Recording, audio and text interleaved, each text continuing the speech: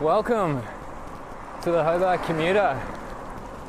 So, I want to talk about that incident that you just saw prior to the introduction with the close pass of the red car.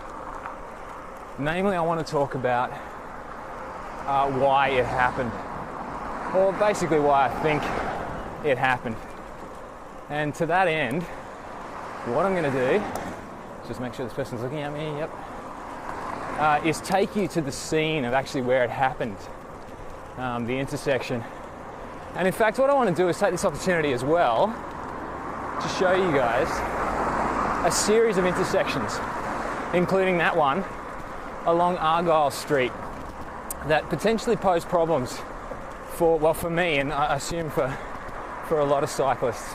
Maybe I'm unique in this regard. I don't think so though. And just to be clear on this, Argyle Street's not some sort of abstract, strange street or some out-of-the-way street. It's actually one of the main thoroughfares for bicycles. I think this lane's for me, isn't it? That's quite nice. Always like to have my own lane. Yeah, Argyle Street it's identified as basically one of the arterial roads by the bicycle network here in Tasmania. So it's one of the main arteries heading out of town if you're heading north from the city. North? I can't remember what. Spatial awareness is terrible. Yeah, so basically this is a problem that could be encountered by many cyclists. And it's just an interesting three set of intersections. So what I'm going to do is I'll talk about them as I move through them. So until such time as we get there, what I want to do is, I might just sit in the traffic here. I'm going to talk about several things before we get there. So the first is, I want to apologise for the language that I used during that video. I'm quite embarrassed actually. I was in two minds about whether to actually post it, or whether to doctor it in some way that didn't make me look like such an arsehole. But you know, that's the truth of what happened, and unfortunately that was my reaction. I wasn't very gentlemanlike, I'm afraid. To be honest, I would have liked to have said that I wasn't the kind of guy who would flip the bird to people. I can't remember the last time I flipped the bird to someone. But I was quite, clearly I was quite angry at the time. And I'll talk a little bit more about why I was so angry. I thought that was a pretty egregious example of a close pass. I might stay in this lane actually.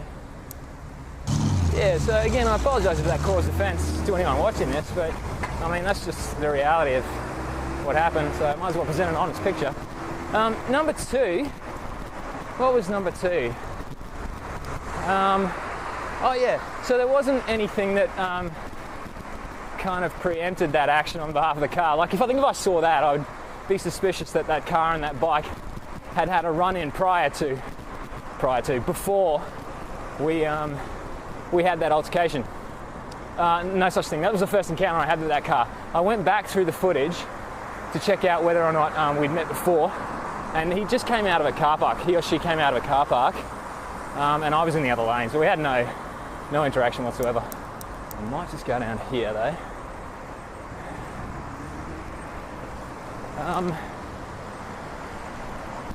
Number three, I decided to send the footage to Tasmania Police with the note that if they could please have a quiet word to this person and tell them that this behaviour isn't really acceptable on the road.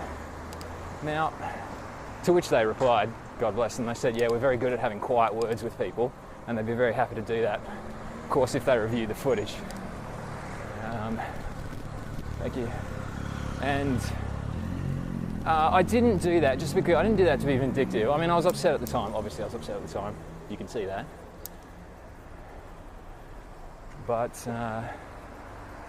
my main purpose in doing that was, like, that was a really close pass. Like, think about the GoPro. The GoPro has a convex lens. Okay, it's got a fisheye lens. It makes things look further away than they are, much to the annoyance of many an extreme sportsman, I'm sure, who wants to brag about their amazing thrills and close spills, only to have the camera make them look somewhat exaggerated. In any case, that looked on the camera very close. That's because it was close. Like, I pulled my hand away in the way that you pull a hand away because something's really, really close. And also, it was premeditated. Oh, in the sense that it was intentional. Like, they got on the horn and then they revved their engine. So it was a clear act of intimidation. And I don't think, like, normally, you know, if people close past, that's fine. That happens on the bike. People are still getting used to the 1 meter rule. And usually it's unintentional, so there's no point in getting angry at that or reporting that. But if it's intentional, if it's a clear sort of act of bullying, essentially, then I've got to call that out. I feel like you have to call that kind of bullying out, which is what I did, which is what I felt I had to do. And I mean, ultimately, it doesn't really matter to me too much. You know, I got over it reasonably quickly, and I'm going to ride anyway. I just love to ride my bike. But, you know, if that happened to someone else who was a bit, you know, starting out riding or whatever, like, that would be really intimidating. And they might choose not to ride anymore, which I think would be a terrible waste because some idiot chooses to buzz them like that. I wasn't paying attention there, basically. That was my fault. I'm not sure if I had a fourth thing. I don't think I did. So what I'll do is I'll drop back in when we're approaching that intersection, which isn't far actually. It's only about 2 intersections up here. And I'll talk about some of the thought processes that I have to think about when I'm on the road and position on the road, and also probably what antagonised them to behave in the way that they did. Okay, so here we are. This is intersection number 1. So this is where the incident happened. Now what you can see here is this left-hand lane can turn left or it can go straight. Now what I'm going to do is I'm going to stay in the line. I'm going to hold this line, not quite in the center, but not quite in the middle. Look behind me, make sure no one's going to come across and then go. If I stay in the very left-hand lane, what I'd risk is somebody coming up on my right-hand side and then turning across me. And I don't really want to do that. Now this is intersection number 2. Okay, this one is purely left, as you can see from the arrow there. And this is an instance where, I've talked about this before, where I think sometimes a cyclist has to break the rules, has to break the road rules in order to maintain safety. So for me, what I should be doing is on that right-hand lane, in that middle lane. But there's a lot of traffic in that lane. There's very few vehicles in this left lane. So what I choose to do is stay in this left lane and then go straight. Now the risk, of course, is that people, it's not predictable. Okay, so people think I'm in the left lane, so I'm turning left. But to be honest, it's just too demanding, especially on an incline here. Okay, so I'm on a slight incline. I cannot go with the traffic. I can go nowhere near with the traffic. So if I get in a straight lane, a lane that's pretty populated, I'm going to slow that traffic right up. They're going to get confused. They're going to think, why the hell am I in the middle of 3 lanes? I should be off to the left. So in fact, what seems like a miscommunication, being in a left lane to go straight, is actually, it's safer for everyone and it's less confusing than if I did the right thing. That's my opinion on that matter. Other cyclists might have different opinions. Lane number 3, intersection number 3 rather. You're in the bike lane now, and they draw you out into the traffic. Now keep your eyes on the traffic and watch what they do. I suspect this compressor might drift into the lane. I'm just going to take the lane. See, what I'm doing here is I'm coming into the traffic, and that Kia just came across into the lane. Not very much, mind you, but there's bigger examples than that. So essentially what's happening is the bike lane is taking you out into that straight lane. And I'll tell you what, traffic wasn't moving very fast there, so it's a little bit easier. When the traffic's moving quickly, the last thing you want to do is swing your bike into them.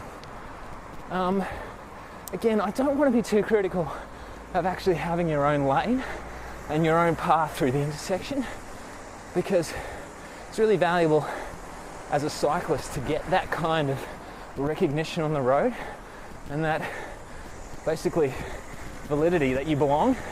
I'm not sure if that's the right word.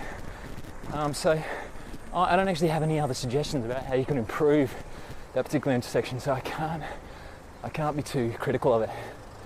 In any case, I'm hopelessly out of breath today. Must be really terrible to listen to, so I might stop it there. And thanks again for watching. Yeah, and see you next time.